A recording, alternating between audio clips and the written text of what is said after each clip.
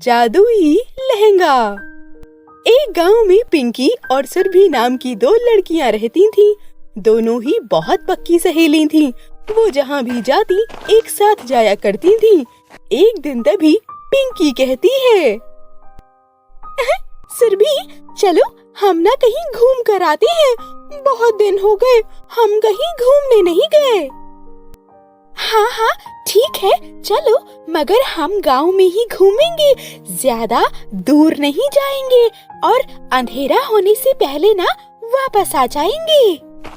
इतना कहकर दोनों घूमने निकल जाती हैं। घूमते घूमते उन्हें पता ही नहीं चलता कि वो गांव से कब दूर पहाड़ी इलाके पर आ जाती हैं। अरे सुरभि, ये हम कहाँ आ गए? अब हम घर वापस कैसे जाएंगे? आगे तो सिर्फ पहाड़ ही पहाड़ हैं। हाँ पिंकी, तुम बिल्कुल सही कह रही हो और मुझे तो बहुत डर लग रहा है। मैं तो पहली बार ये जगह देख रही हूँ। सुरभि चलते चलते बहुत थक गई थी, इसीलिए वो एक जगह पर बैठकर आराम करने लगती है। लेकिन पिंकी आगे बढ़ती जाती है। आगे जाते जाते पिंकी परी महल तक पहुँच जाती है। अरे वाह, ये कौन सी जगह है? ये तो बहुत खूबसूरत है। पिंकी आसपास सुरभि को ढूंढती है। अरे ये सुरभि कहाँ रह गई? एक काम करती हूँ, पहले मैं खुद ही ये पूरा महल घूम लेती हूँ और उसके बाद सुरभि को भी यहाँ ले आऊंगी, ये सब कुछ दिखाने के लिए। पिंकी ऐसा सोचकर अंदर आ जाती है और वहाँ घूमने लगती है। वहाँ बहुत ही रंग बिरंगी चीजें होती हैं। उसे वहाँ एक बहुत ही सुंदर सा फूल भी दिखता है। पिंकी उसे तोड़ लेती है और अपने पास रख लेती है। हंसते खेलते पिंकी आगे बढ़ रही होती है।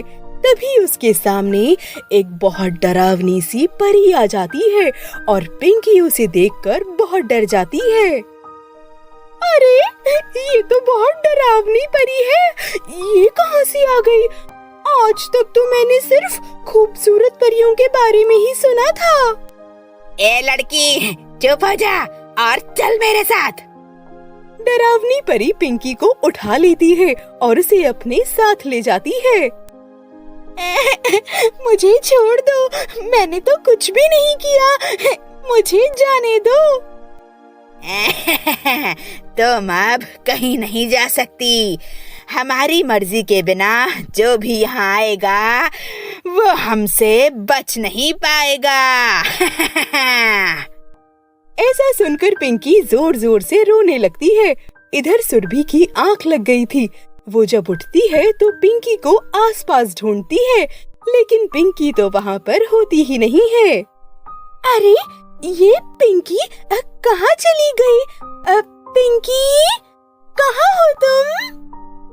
आवाज लगाते हुए सुरभि परी को हर जगह ढूंढने लगती है। ढूंढते ढूंढते सुरभि भी परी महल के पास पहुँच जाती है। अरे ये कैसी जगह है? अब पता नहीं यहाँ पर जाना सही होगा या नहीं। सुरभि ऐसा सोचकर वहाँ से जाने लगती है और तभी उसे एक आवाज सुनाई देती है। सुरभि, कहाँ जा रही हो तुम? तुम्हारी दोस्त पिंकी यहाँ पर फंसी हुई है। ऐसी आवाज और ये बात सुनकर सुरभि के कदम रुक जाते हैं। कौन हो आप? और कृपया करके मेरे सामने आइए। ऐसा सुनते ही एक बहुत ही खूबसूरत सी परी सुरभि के सामने आ जाती है। सुरभि, मैं इस परी महल में रह रही हूँ। एक चुड़ैल डरावनी सी परी के रूप में यहाँ पर रह रही है। अगर तुमने उसे खत्म कर दिया तो तुम अपनी दोस्त को भी बचा सकती हो और साथ ही हमें भी यहाँ से मुक्ति दिलवा सकती हो। हाँ हाँ, अब मुझे मेरी दोस्त को बचाना है। आप कृपया करके मुझे बताइए कि मैं उसे कैसे बचा सकती हूँ। ये लो, मैं तुम्हें एक लहंगा देती हूँ।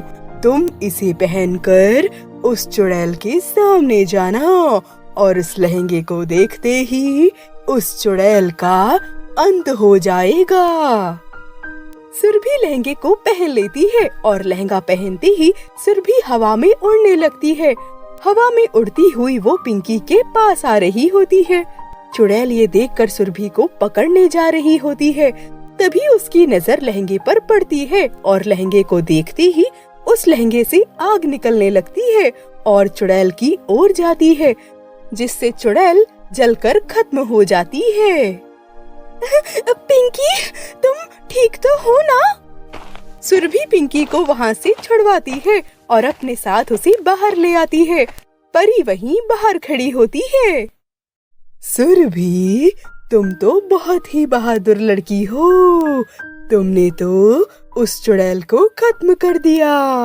मैं तुम्हें इनाम के तौर पर ये लहंगा हमेशा के लिए देती हूँ।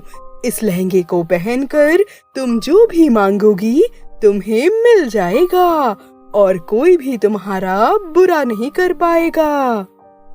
ऐसा बोलकर परी वहाँ से गायब हो जाती है और सुरभि और पिंकी खुशी खुशी वापस घर आ जाती हैं। जादुई साड़ियों का कुआं। एक गांव में मनोज और रेखा नाम के पति पत्नी रहते थे। मनोज की आमदनी कुछ खास नहीं थी, इस वजह से रेखा भी घरों में जाकर काम किया करती थी। मनोज कभी भी रेखा के लिए कुछ खरीद नहीं पाता था, इसलिए उसे बहुत दुख होता था, मगर इसके लिए वो कुछ कर भी तो नहीं सकता था। काश मेरी आमदनी ज्यादा होती तो मैं रेखा के लिए उसकी पसंद की साड़ियाँ खरीद पाता। ऐसा बोलते हुए रेखा ने मनोज को सुन लिया था। अरे, आप ऐसा क्यों सोचते हैं कि मुझे साड़ियाँ चाहिए? अरे, मैं तो बहुत खुश हूँ। आप ऐसा बिल्कुल भी मत सोचिए। ऐसा बोलकर रेखा अपने काम पर चली गई, लेकिन मन ही मन रेखा को भी अच्छी साड़ियाँ पहनने का बहुत मन करता था, लेकिन वो अपनी इच्छा किसी को भी नहीं बता पाती थी। वो जिस भी घर में काम करने जाती थी, वहाँ की महिलाएं बहुत अमीर थीं और बहुत ही महंगी महंगी और अच्छी अच्छी साड़ियाँ पहना करती थीं। एक दिन गांव के सभी लोगों को मेले में जाना था। सभी ने बहुत ही सुंदर सुंदर कपड़े पहन रखे थे, सिवाय मनोज और रेखा के। मनोज को ये देखकर बिल्कुल अच्छा नहीं लग रहा था, इसीलिए वो रेखा का हाथ पकड़कर उसे घर ले आता है। रेखा को ये बात बिल्कुल अच्छी नहीं लगती है और वो मनोज से नाराज हो जाती है। देखिए, आप मुझे कोई नई साड़ियाँ नहीं दिलाते। मैंने इसके लिए आपसे कुछ भी नहीं कहा, लेकिन आप मुझे आज इस तरह से मेले से घर ले आए, इस बात का मुझे बहुत बुरा लगा है। तो और क्या करता मैं वहाँ पर तुम्हारा और अपना मजाक उड़ने देता। बोलो, अरे देखा नहीं वहाँ पर लोग कितने अच्छे अच्छे कपड़े पहन कर आए थे और एक मैं हूँ, तुम्हें ढंग की साड़ी तक नहीं दिलवा सकता। अरे, लेकिन इन सब चीजों के लिए मैंने तो आपसे कभी कोई शिकायत नहीं की ना, लेकिन आपने आज जो किया है ना, उसकी वजह से मेरा बहुत दिल दुखा है। इसके बाद मनोज और रेखा के बीच में छोटी सी लड़ाई हो जाती है और फिर मनोज वहाँ से चला जाता है। मनोज नदी के किनारे जाकर बैठ जाता है और वो बहुत उदास होता है। मन में सारी बातों को वो दोहरा रहा होता है कि तभी उसे एक आवाज सुनाई देती है। मनोज, ये लो साड़ियाँ, ये सभी साड़ियाँ तुम जाकर अपनी पत्नी को दे दो। आवाज सुनते ही मनोज बहुत ही चौंक जाता है। वो मुड़कर देखता है तो एक कुएं से आवाज आ रही होती है। वो कुएं के पास जाता है तो उसे फिर से आवाज सुनाई देती है। मनोज, तुम बहुत मेहनती हो, लेकिन तुम्हारी आमदनी इतनी नहीं है कि तुम अपनी पत्नी को अच्छी साड़ियाँ दिलवा सको, और तुम्हारी पत्नी भी बहुत अच्छी है, कभी भी तुमसे कोई शिकायत नहीं करती। इसीलिए मैं तुम्हें तोहफे में ये दे रहा हूँ। तुम जब चाहो मेरे पास आकर अपनी पत्नी के लिए कोई भी अच्छी सी साड़ी मांग सकते हो। ये बात सुनकर मनोज बहुत खुश हो जाता है और साड़ियों को लेकर घर चला आता है। घर आकर रेखा को सारी बातें बताता है और अगले दिन रेखा कुएं के पास आकर कहती है, कुएं जी, सबसे पहले तो आपका बहुत बहुत शुक्रिया, आपने मेरे बारे में इतना सोचा। लेकिन मैं ये साड़ी नहीं ले सकती हूँ क्योंकि मैं सिर्फ अपने पति के पैसों की ही साड़ियाँ पहनना पसंद करती हूँ, इसके अलावा नहीं, वरना उन्हें बहुत बुरा लगेगा। इसीलिए मैं उन्हें बिना बताए आई हूँ। अब आप कृपया करके इन साड़ियों को वापस ले लीजिए और हाँ, उन्हें साड़ियाँ मत दीजिएगा। मैं उनके साथ हर हाल में खुश हूँ। रेखा की ये बातें सुनकर कुआं बहुत प्रसन्न हो जाता है और उसके बाद वो रेखा से कहता है, तुम जाओ, अब तुम्हें कभी भी साड़ियाँ मिलेंगी तो तुम्हें अपने पति के पैसों से ही मिलेंगी। मनोज और रेखा की सालगिरह आने वाली थी। इसी वजह से मनोज रेखा के लिए सुंदर सी साड़ी कुएं पर लेने गया। मनोज, तुम ये सारी साड़ियाँ ले जाओ और इन्हें ले जाकर दुकानों में बेच दो।